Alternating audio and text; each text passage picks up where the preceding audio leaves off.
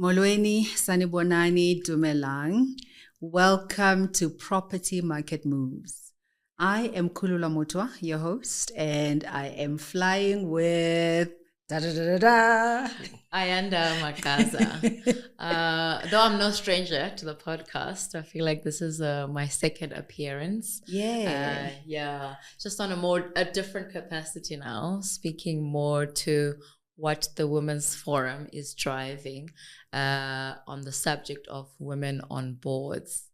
And jointly in that initiative, we are joined today by Mr. Munya Duvera from the Directors Association. Hi, Munya. Hello. How are you? I am well.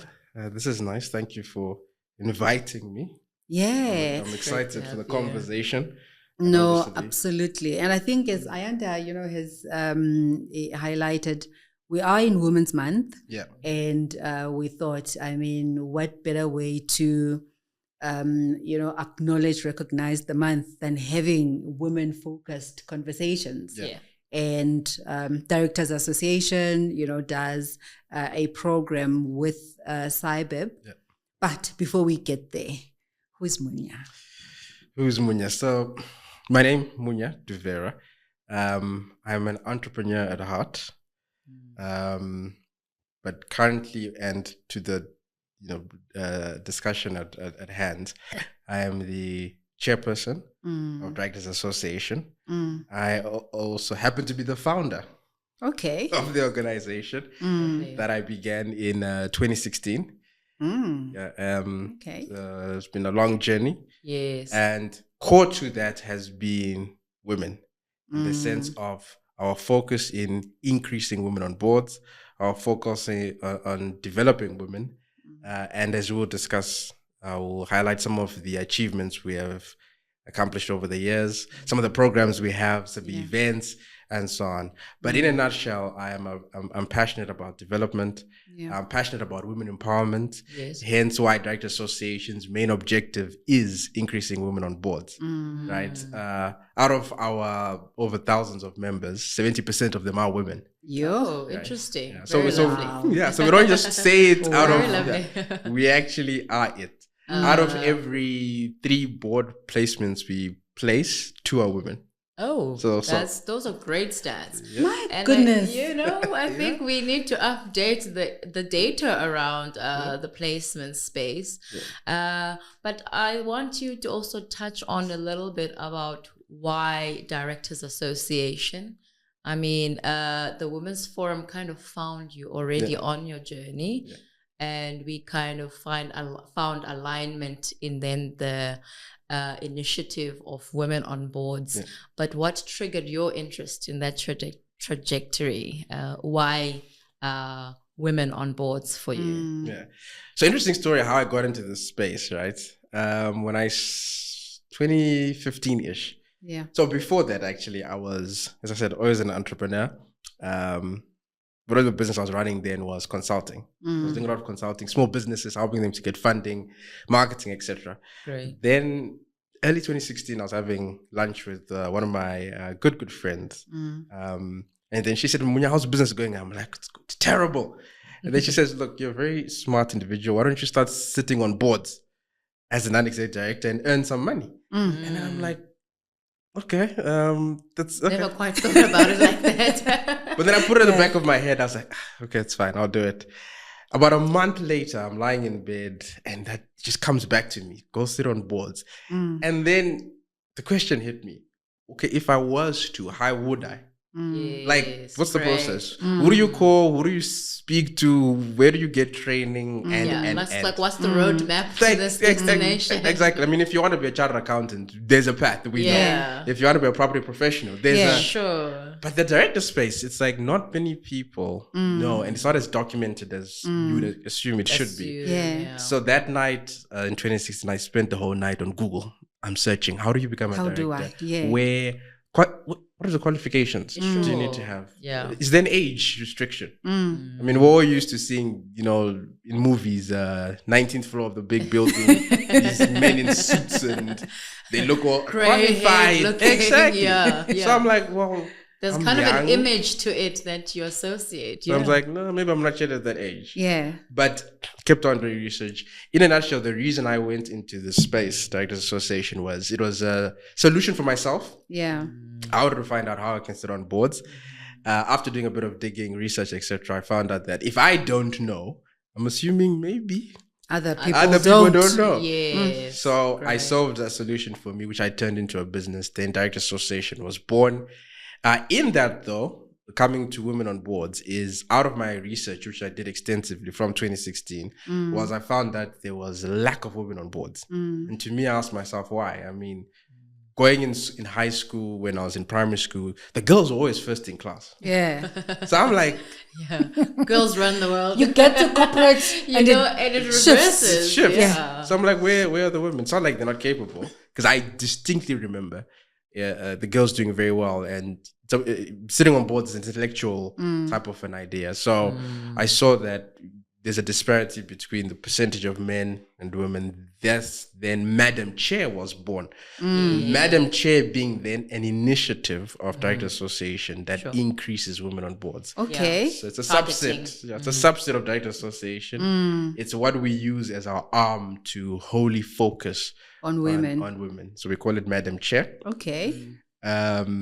So Directors Association that holistically covers the entire governance market Yeah. around, Which is quite, directorships. I mean, I think that's kind of our interest as well, to then go into the composition of the program. What does it entail, and what's kind of the steps that we've mapped out for that journey from, kind of sitting at home and thinking, I'd love to become one, and then, joining. 100%. Yeah. 100%. So women on boards is a very important part of our mandate. In fact, in our MOI, if you see on our objectives, the very first one, right on top there, Yes. it's written increasing women on boards. Yeah. We're very fortunate in that we've partnered with a lot of organizations, Cyber being one of them, and other women organizations around increasing women on board. So we are excited about where we are now. As a lot still has to be done. Because what we're seeing is, even though there is slightly an increase of women sitting on boards, not many of them are chairing those boards. Sure. So So, you there's another so there's- shortage there's at another- that level of chairing. There's another battle. So it's like only 14% of, if you look at JSC, right, where numbers are readily available, Sure. 14% of chairs are women. So again, it's like, so women get to the board, but then it's now a struggle to lead the board. They kind of stay at that NED level. They're just stagnant, and they're there for. So even if there's a vacancy there, no one really thinks, oh, well, let's think of her, right? She's been on the board for 5 years, 10 years, whatever the case is. Sure. And what are the core, competences? Yes, you've spoken to, women have always been intelligent, and we're not saying men are not. But what are the core, competencies that we would build for in these programs, so that when women actually get to those boards, they are better able to figure their way around. Yeah, so I guess let me touch then on the program itself. Yeah. Then I'll tie it into the Madam Chair, skills. the skills and etc. So in 2018, then when I really started getting the ball rolling, I actually started with the placement side of the business. Okay. Without the training. Because in my mind, I was like, give them the roadmap to sit on a board. Yeah. Exactly. Yeah. Because remember, my friend had said, "Hey, go sit on boards and make money." Yeah. So my mind was just around placement. But then when I went to the market and trying to get board seats for people, I found out that companies were looking for individuals that have got some sort of competencies outside of your core skill or profession. Yeah. Because remember, to be a board member, you are a professional or an expert in your field. Sure. Marketing, sales, engineer, doesn't matter. Yes. Property practitioner, doesn't matter. Then number 2, you are then a governance expert. You understand how the board functions, company law, etc., etc. So I found that there was a lack of understanding of the corporate law side. Okay. Which then I said, okay, then I think maybe I need to take a step back and then create programs that will then equip the individuals to understand then how to how a board functions, etc. Yes, sure. Navigate themselves in that Navigate room. themselves. Okay. So what did I do? I downloaded the Companies Act and I read it. Okay. I don't know how many times I've read that legislation, that document, and I read it so many times. I still read it just to refresh. And that's where the program comes from, the Companies Act, because remember the legislation is what governs companies, shareholders, and directors. So the starting point of being a board member is you got to understand corporate governance, right? So the program itself, first and foremost, foundationally covers company law, which is driven by the Companies Act of 2008, which has been amended from time to time. I'm sure you saw the president signed in the amended one last week, Friday, I think it is. Okay. So we've got a new one now. Well, just changed a few rules. Yeah. Nothing too drastic.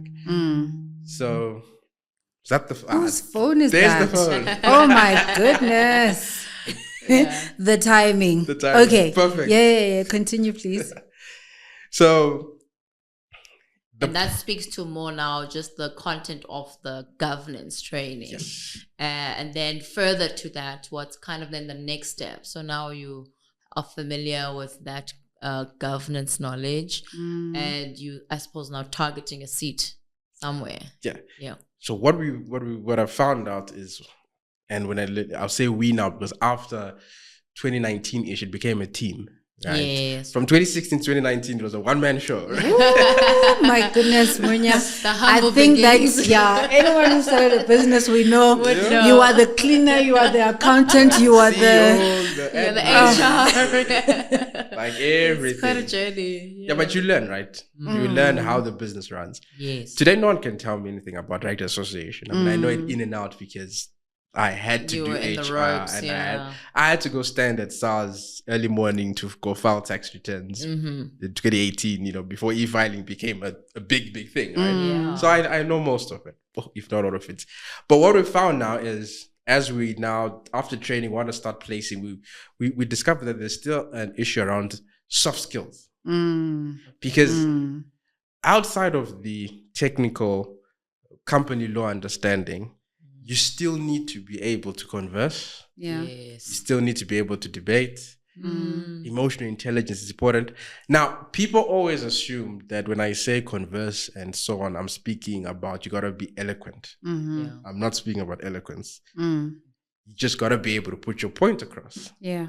In your most perfect English or broken English, we don't care. Sure. Right? It's not a contest of who can speak better in the boardroom. Smaller communication. It's a communication. I've sat in boards with individuals that are not as eloquent as others, but when he or she speaks, you hear what they're saying. It's direct. And it's like, okay, I get what you're saying. Then the others, they start going in circles and they're using all the big, magnificent words, and you don't get what they're saying. So those are soft skills now, which we started to add a component in to assist in emotional intelligence. Yeah. In a boardroom, things get heated. Sure. We debate, we argue. Yeah. People don't always see eye to eye. Yeah. It's a battle in there. It's a war room. I mean, sometimes you feel attacked. Sure. Everyone is opposing your view. Yeah. If you're not yet mature enough, you may think they're attacking you. It's about you. Yes. And I've seen it happen. Sure. I felt that. I mean, I'm going in one direction, everyone's saying stuff, but they don't like me. What did I do? It becomes personal. It becomes personal. Okay, that's quite interesting. So the emotional intelligence component of it became something we included into.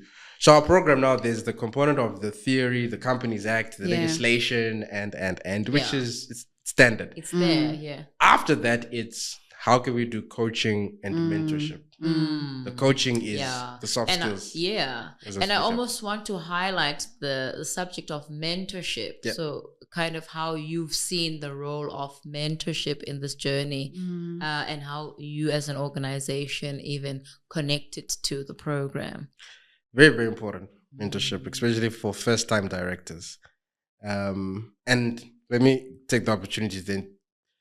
Director Association, our big differentiator in the market is we do cater a lot to the first-time directors, or at least we have been over the past years. Yes. That will change in time as our members grow, and as they start I mean, you won't be a first-time director forever, right? Yeah. After a number of years, you're now... And I liked what you said, that you're kind of targeting the future of the boardroom. Yes, 100%. So the person who's now saying, how do I become, 100%. in that room? How do I sit in that room in the 100%. future?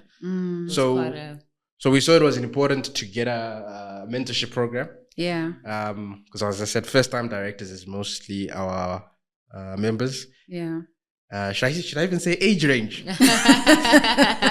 No, look, it's over. I mean, I always say, look, in this market, a young director is anyone between the ages of 30 and 45. Standard, right? Yeah. Okay. That's what we call young. Okay. Sure, which is a good indicative of Exactly. where the market is. After 45 upwards, you're now seasoned. You're now more where the average age of JSC board members is 56. Okay. So most people start entering the market at around 35, 40-ish. By 50, you should now be at your peak. And when I say peak, I'm talking about the peak of your game. Yeah. You are now attractive in the market. You are sought after, and you're earning a lot of money. Okay. Because we did a study around what age group earns the most. It's your 50s. Sure. Okay. That concept of experience. Yes. They've sat on a board for 5-10 years. Then allows them to command more in terms of their earning power. Okay. Lovely. So what is that placement roadmap, Munya? Because I think, I've got this friend, and you always, you sit and you rile yourself, each other up about, I want to do this, I want to do that. Yes. But actually not doing anything about it. Sure. So the next time you're having a conversation, it's more of the same thing, about the intention. I want to sit on boards. I want to. So there will be a part that you would play from a directors association side. But what is my role in getting that seat in the boards? Can you help someone who just wants to and does not know how to? does not really do anything about it? Yeah, look, there has to be from your part. You've got to Self-propelling. Yes, the desire has to be there. The ambition has to be there. Yeah, I call it, and we at Director Associate call it a secondary career. Right? You got your primary career. Great. Yeah. That you do every day, 8 to 5, right? Yeah. That brings food on the primary source of income on the table. Sitting on boards is secondary. It's a secondary income.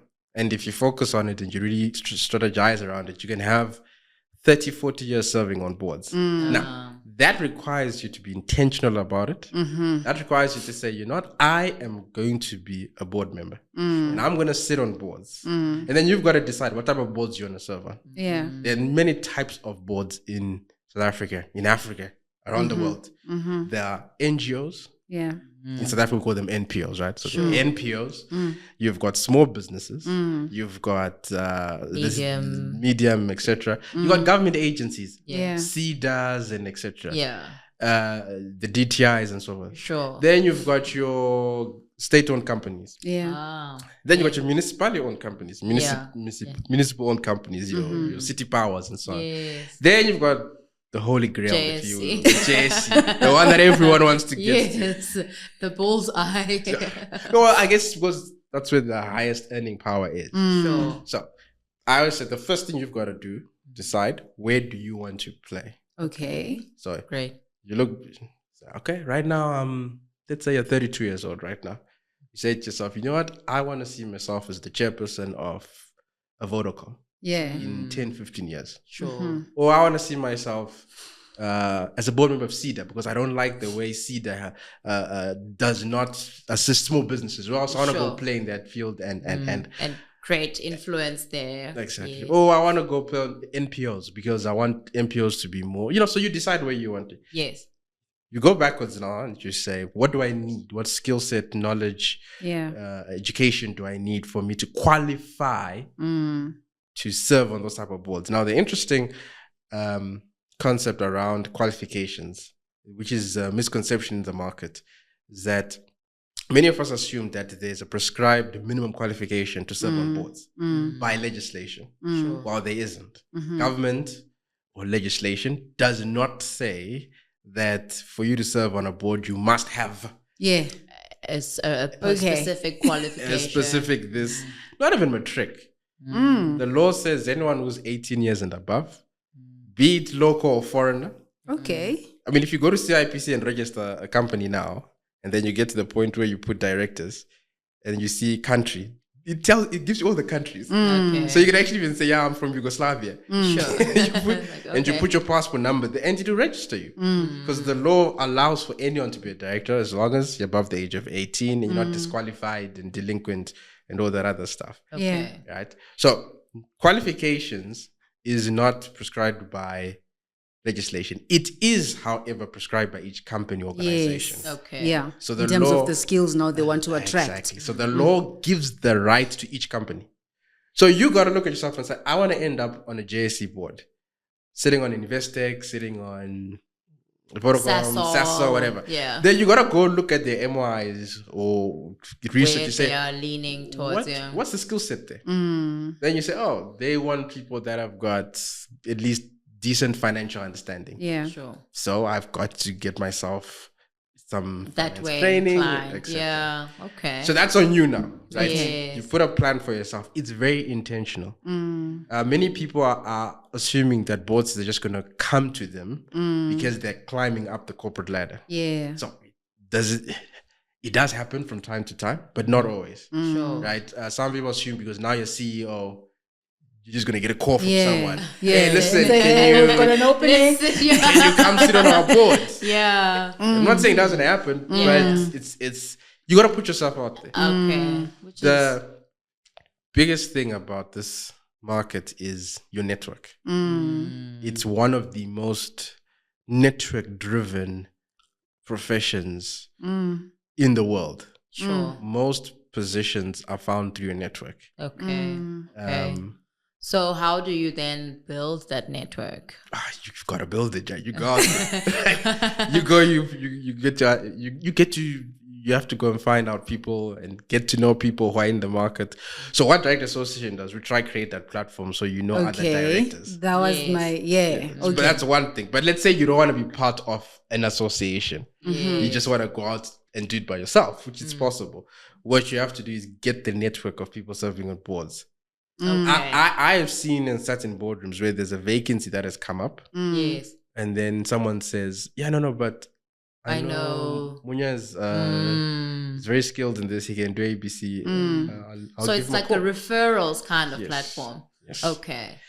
Where it came from. So you've heard of this nomination idea. Yes. That nomination idea started hundreds of years ago, obviously, in the UK, where there were these exclusive men's golf clubs. And for you to join them, you had to Someone has to to speak for you. Vouch for you. Someone has to vouch for you. Okay. Now, that concept hasn't died. Yes. Just that it's now more inclusive. It's no more just for men. Yeah. But You can nominate openly. you can nominate openly. However, that concept still is alive in the boardroom. Okay. You are nominated or you are vouched for by someone who is in the room. Right? And knows you and Okay. because the director market, it's a small Closed niche market. market. I always say that directors know each other. Sure. If you look at the JC, it's got about 3,000 non-executive directors. 3,000, that's it. Yeah. Out of such a big population. Such a big population Of millions. Yeah. So you gotta build your network. Yeah. Okay. Number 3, you've got to be patient. So a lot of people say, I want to start being a board member and I want to start earning tomorrow. Yes. And it's not that easy. Good luck. Yeah. It's not impossible. Yeah. But it's highly It's unlikely. not how it works. That's not how it All works. right. And now I just also want to quiz you on the subject of, let's say, gender inclusion. So I was reading a quote from the Gender Inclusion Report by Stellenbosch Business University. And they talk, and I think it says, paraphrased along the lines of, gender inclusion is important for effective decision making. So how do we kind of bring that thinking into the board space today? How do we encourage that type of thinking? It's important, right? And I think it has to be. I always used to battle within myself to say, why do I want or advocate for more women on boards? Is it out of equality, or is it out of, well, that's going to bring better results. That's going to bring more competent people. Sure. And I always lean now. I've rested on the decision that more than equality, it is women bring a component that men do not, which then brings better solutions. So we're doing ourselves a disservice Sure. by not including, right? So that's the first thing. The second thing about it is, how do we bring it in then? So a number of countries have gone about it in different ways. Some countries have gone through legislation. Yes. So that's the quota system. Okay. Where, for example, Norway is the most successful quota example or exercise that has been done in the whole world. They introduced, I think it's a 40% quota. Okay, wow. In 2003, somewhere back then. And till today, it's still a law, and a lot of women have served on boards. Okay. Probably more than most countries in the world. Okay. Other countries, not so much. South Africa, we've never had a quota system. Yes. We tried to introduce that in 2019 as Madam Chair. We went to Parliament and we wanted to introduce a 40% quota as well. Mixed reactions from the market. Some were very for it. Some were saying, look, allow the market to sort itself out, right? Okay. The free market system. And look, I believe in the free market. I love the free market. I love it. But as well, sometimes you got to correct it. Yeah. So some people are saying, no, leave it, it'll correct itself. Self-correct. Sometimes it doesn't. It'll take us to a path where we don't want to get to. So legislation is another. The third one then is you have to then just really start speaking to these companies, shareholders who are really influential to boards and the election of board members and policies, etc. The boards themselves, we start advocating and speaking to them. So what we've been doing is speaking to the likes of the JSC, speaking to the likes of the shareholders of some of these big companies to try and get policy shifts. But the overall goal for me, and what we've discussed with our team, is if we create competent, really skilled, brilliant individuals, brilliant women, then the market will say, no, actually we want those people. It will be responsive. Exactly. Okay. So you're saying there's potential for self-correcting in the market per se. But there has to be an intentional from someone like us who's now gone to create the pool of the options of the women. Because a lot of the corporates would always say, where do we find the women? Yeah. I mean, we deal with that question all the time. So I guess it's also what sort of birthed our, partnership to answer and respond to the question, where are they? Where do we find them? Yeah, and you see that it's the same. I don't like saying the same women serving on boards. Yes. And look, I've got a... So how do we encourage that kind of varied participation, expanding that small pool to now bigger, and is there even opportunity for then diversity from kind of youthful perspective, women, and kind of introducing more candidates into the directorship space? How do we do that? Yeah, the opportunity is there, but the challenge is the women that are there now, are they going to give up their board seats? And should they? Sure. I don't think so. I don't like that when we hear a man serves on 12 boards. Oh, well done. Yeah. Oh, fantastic. A woman serves on 12 boards. No, she must share. She must make room for others. Make room for others. But there are guys, there are men who are sitting on so many boards and they're earning millions of rands. But then women, so it's one of those ways, it's a difficult one because the women that have got there right now who are serving on 8 boards, she worked and she got there. She's not going to give it up just because there's a who's now someone else must come a in. long list of 35-year-old and she's talking about youth empowerment.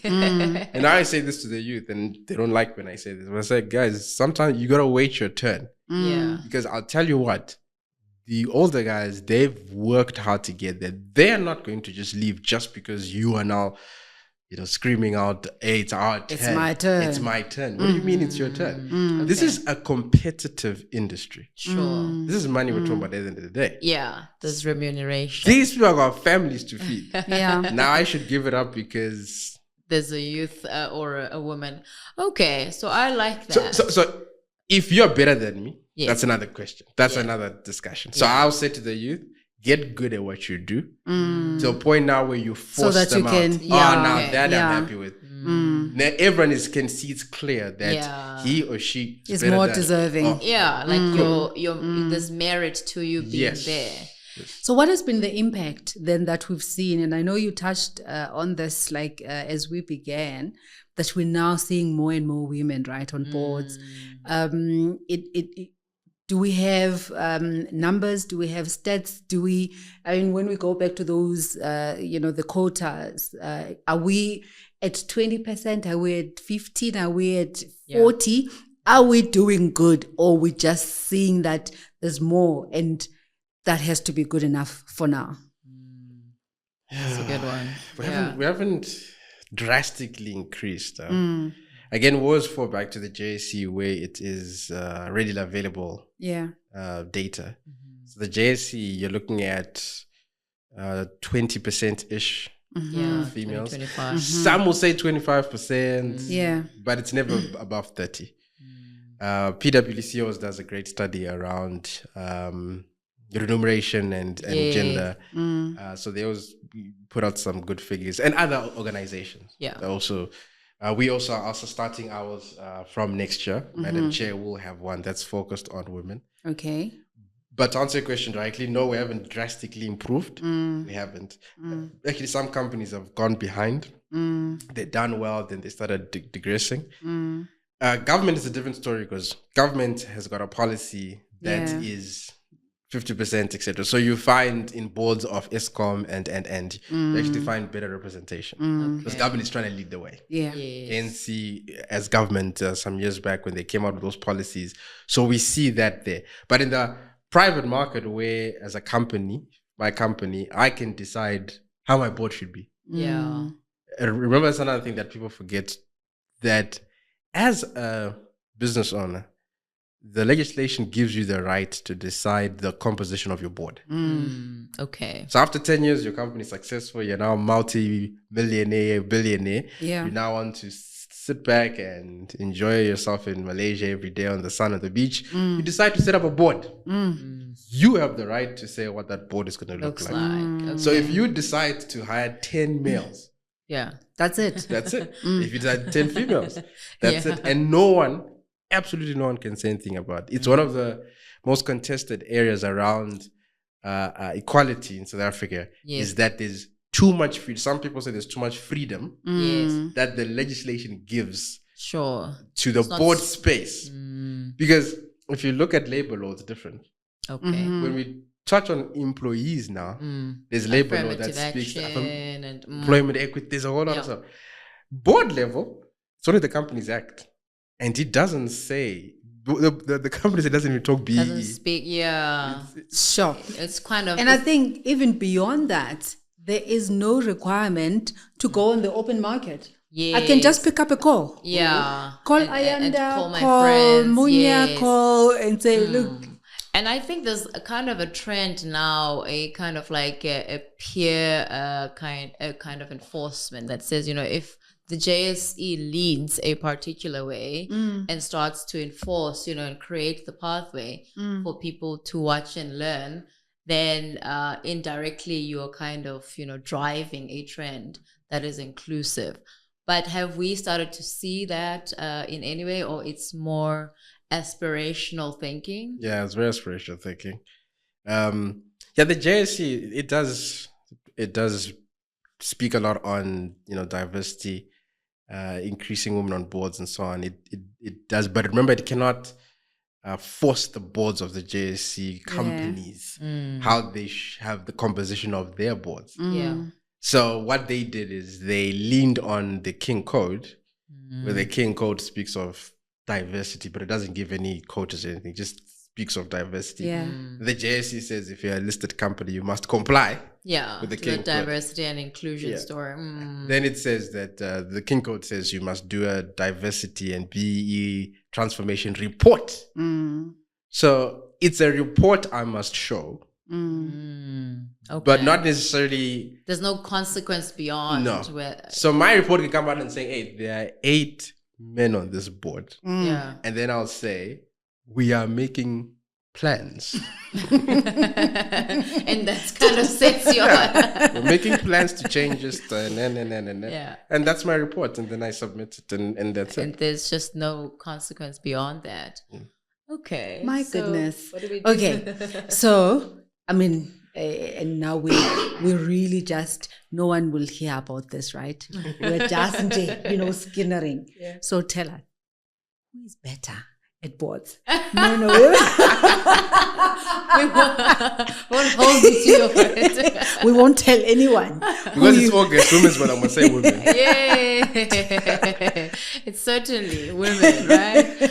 But I think also another interesting topic that doesn't come up a lot, in conversation is the risk element of being on boards, as much as we've talked about it being a secondary career and the prestige obviously behind representing those companies, it's the risk element. Oh, no, definitely. I mean, there's the risk, which you're speaking to obviously is things can go wrong on a board. Decisions that are made, then the company makes losses or is sued, etc. Directors can be held liable, right? Personally. Right? So these are some of the things that some want to shy away. But I always say to people that if you, as a board member, operate within the law, ethically, when you make a decision, you always know at the back of your mind that this decision I'm making, is it backed by good kind of intention. There you go. Good governance and so on. You should not have anything to worry about. So I think there's more good from serving on a board. It definitely aids your primary career. Whatever ambitions you have, it allows you to enter into rooms you'd never have entered and meet people you would not have met. I've seen that myself in my career. In 2016, when I started, I went on a journey of discovering how and what a director is. One of the things I did is research and interviewed a whole lot of directors, JSC directors, and I met so many important, intelligent individuals whom I would never have met if I was not in this space. So the risk is there. However, you can manage it by it can be a rewarding career. It can be a rewarding career. Okay. Which then goes to also, secondly, if you are serious about this profession, your reputation is very important. If you are thinking of getting into this career, you must be mindful of the decisions you make. As we now know, things can be brought up from 10 years ago. My goodness. Sign-off never dies and off. also in this social media age, yes. doing that TikTok. Isn't that interesting? Distasteful TikTok video. You posted years ago. So you hence I said earlier, you got to be intentional. Okay. If you're saying I want to be amongst the leaders of the country in the next 10 years, when I say leaders, I'm talking about board people, be it in government, be it JSC, whatever the case is. So it's a sphere of leadership. It's a sphere of leaders. Yeah. That's what it is. It's a group of people that are serving on these boards that are leading the country. Yeah. These people that are sitting in a room and making decisions. On behalf of shareholders. Thank you. When ESCOM decides, and we hear ESCOM decided this, who made that decision? It was 11 directors in a board, 11 people or 12, whatever number of ESCOM directors are. Those 12 people decided. Are driving now the energy right? Production. 12 people. So that's so load shedding. We know which feet to place this there at. You go. Yeah. So it's like, if you want to play in that level of leadership, which is the highest level of leadership, there's high responsibility. Higher responsibility, and you got to be intentional about wanting to do that. That means your steps going forward.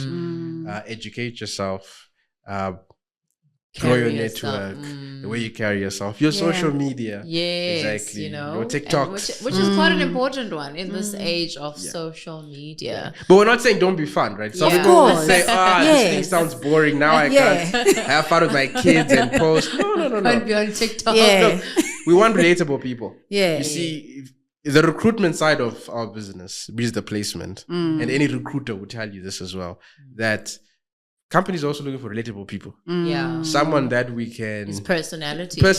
They have a family or they've got their kids. You can go on their Facebook. You see them running around with their little kids. Yeah. We love that. Okay. We can now relate to you and say, oh, you are a person after all. Sure. Not that just company Not law, a robot. not a robot. Right? Yeah, that's quite great. Yeah. So you can have your fun. It's a good blend. Yeah. And I guess, you know, maybe somebody watching here wants us to get to that juicy, meaty topic of remuneration. How do you place yourself in, you know, kind of that trajectory where you are a secondary professional in the space and you're earning, you know, as well as the 50-something-year-old is now earning on the J's.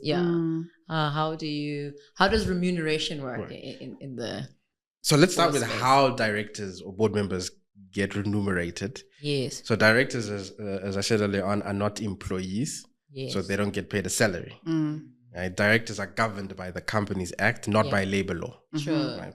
So directors, non-exec directors, etc., and this is kind of global, are remunerated through every meeting they attend, they get paid. So fee per meeting attended. Yeah. Okay. Some call it a sitting fee. Right? It's depending on. Now that sitting fee is not compulsory. Okay. So the Companies Act does not say directors must be paid. Yeah. It is up to the shareholders.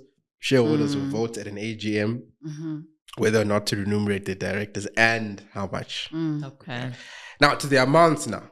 The highest obviously JSC by far. Right. On average, a non-executive director on a JSC board can earn about 1.1 million rand a year. Okay. Oh, wow. That's for attending 5 board meetings, 6 board Okay. meetings. Okay. Right?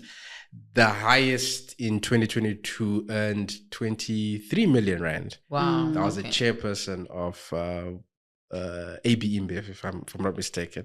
Okay. That's again for attending what? Yeah. A few A meetings. few meetings. And some I think working what between. sorry to cut you there, Munya, and let's not lose that. Probably in that attendance, what we don't factor in is the prep, right? Yes, Ahead of the meeting, Sure. because then you will receive that board pack. Board pack. You Yes. have to Apply prep, yourself. You get into that. And yes, the responsibility Yeah, the of the gravity. decisions that 100%. you are taking in that meeting. Yeah. So someone is thinking then 1.1, that's too For little an for hour here and there. Yeah. Yeah, but quite correct. Also, that's just the gravity of, Yep. you know, that participation and leading and steering. And these are big organizations that are making decisions for, right? So Mm. 23 million rand. So the chair is the highest paid on a board generally because the chair does much more work than the other directors, taking the board meeting, preparing the agenda, and right. So the chair is usually the highest paid. Now, if we leave the JSC now, the rest of the market. Oh, let me just touch on the state-owned markets because that data is also available.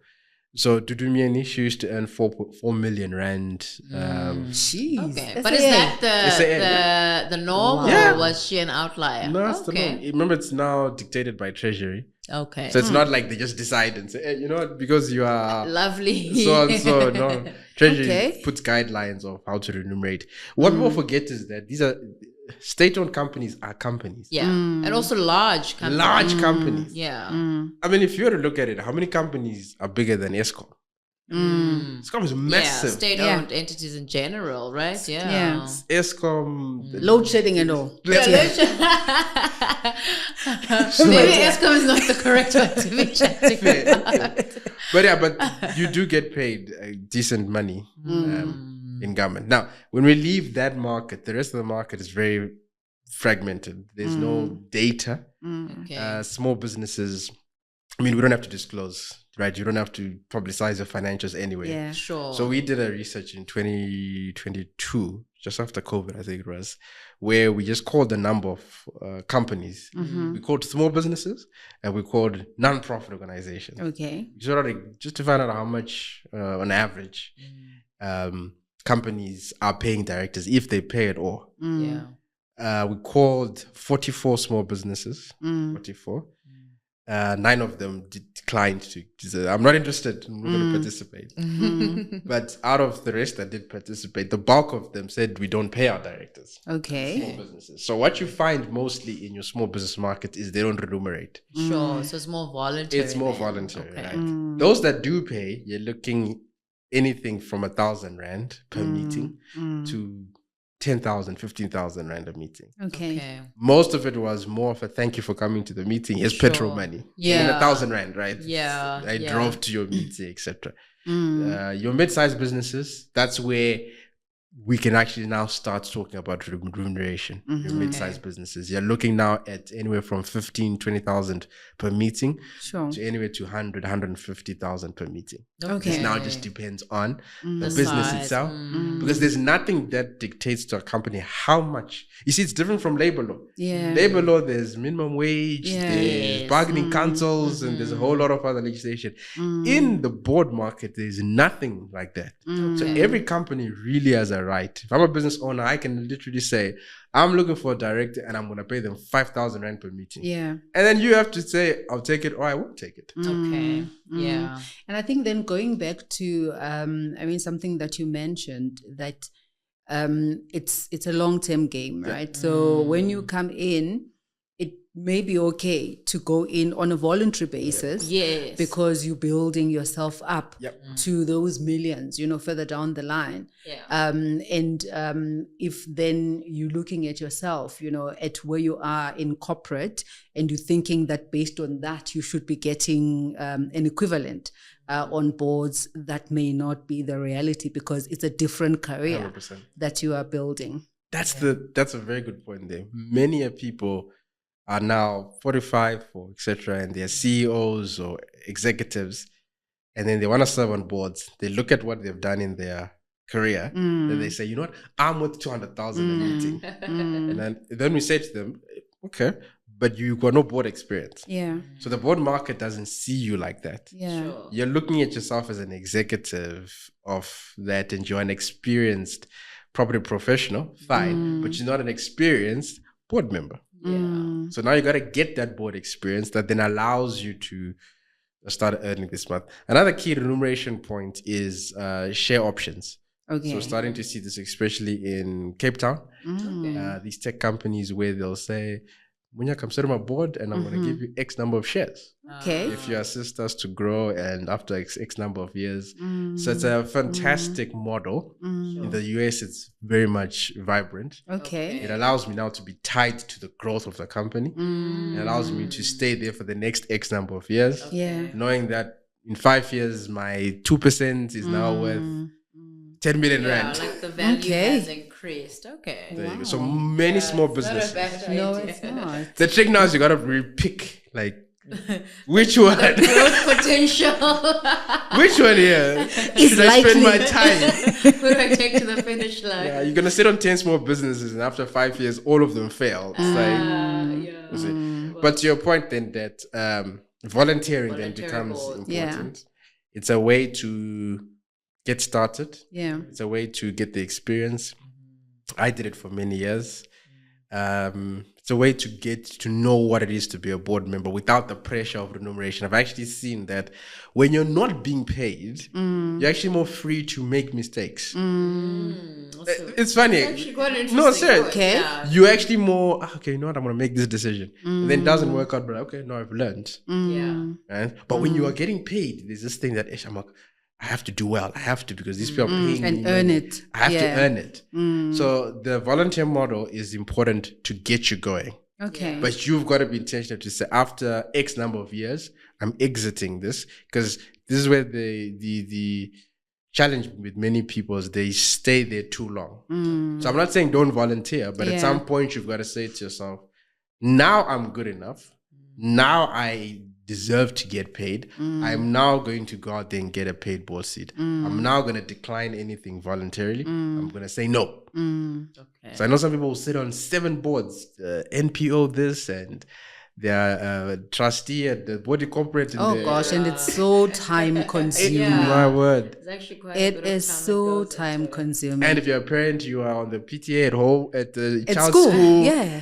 So you're doing so much. And you, at the end of the day, you got to look at it and say, so the time factor is very important. Yeah. You got to look at yourself and say, how much time do I have to give to either or? Sure. Because remember, you don't want to jeopardize your primary career. That's your main source. Never ever jeopardize this one. So I always say to you that if you get into a situation where you are jeopardizing this by having too many boards, change this, not this. Right? Because this is your mainstay. Staple. Yeah. This brings until income. your secondary becomes your primary. Yeah. Then in your retirement 50s, age and it's yeah. your, You can do that. But until then, because at the end of the day, in any case, remember what we said in the beginning, companies are looking first for experts. yeah. And your expertise is here. Okay. So I am an engineer. I am a marketer. I am a doctor. Yeah. That's what first people look at before, oh, I'm just a governance person. It's like, what do you mean? Yeah. Because we are looking for someone to assist us in a certain area of the field, in the business where we're lacking. So we're lacking legal. So we go get a legal person who has governance expertise. Okay. So you want to build your primary career as a way to get you noticed in the market. Okay. All right. That was an amazing conversation. Now, as we wrap up, and I think you touched on technology, which takes us then to the question that the last guest left for you. Now, they must have crafted it from a property perspective, but it's still relevant nonetheless. What technology shifts are we seeing in our industry? So now in the board space, what technology shifts are we seeing? And I mean, what is the future with technology and AI in mind? I think the greatest one is around how we and where we hold board meetings. So the idea of physically meeting in a boardroom has changed drastically. Sure. I think COVID had a part to play in that. But people didn't change much after. They didn't go back now into having too many physical board meetings.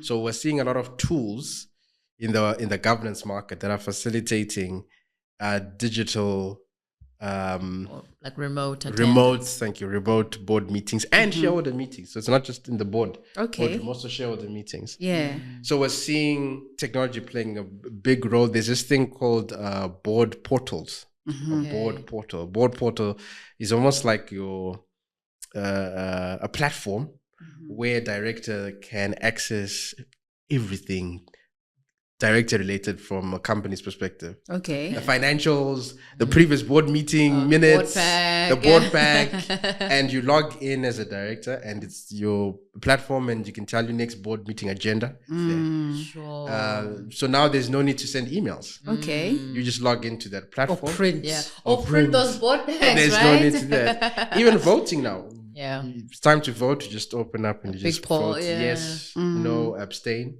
Same thing is happening at shareholder meetings. In terms of AI, and some have asked, will directors be replaced by as AI improves? The funny thing is that it's the one profession or area that doesn't seem to be being affected by the whole AI movement. I don't know, maybe it's because directors, you only get 5, 6, 7 or 8 of them. So from a numbers perspective, it's not really too taxing on the company. Okay. Number 2, it's an area where companies shareholders still want people to hold accountable and say, you made that decision. I mean, imagine. that robot did. We took a decision. Who did? So they still want people to say, that's the CEO, that's the director. Okay. She's the chair, she's the one that did ABC. So, and I don't see that changing. The funny thing is, it's the boards that are the ones that are introducing a lot of AI that's affecting companies, right? Yeah. The employees and so on.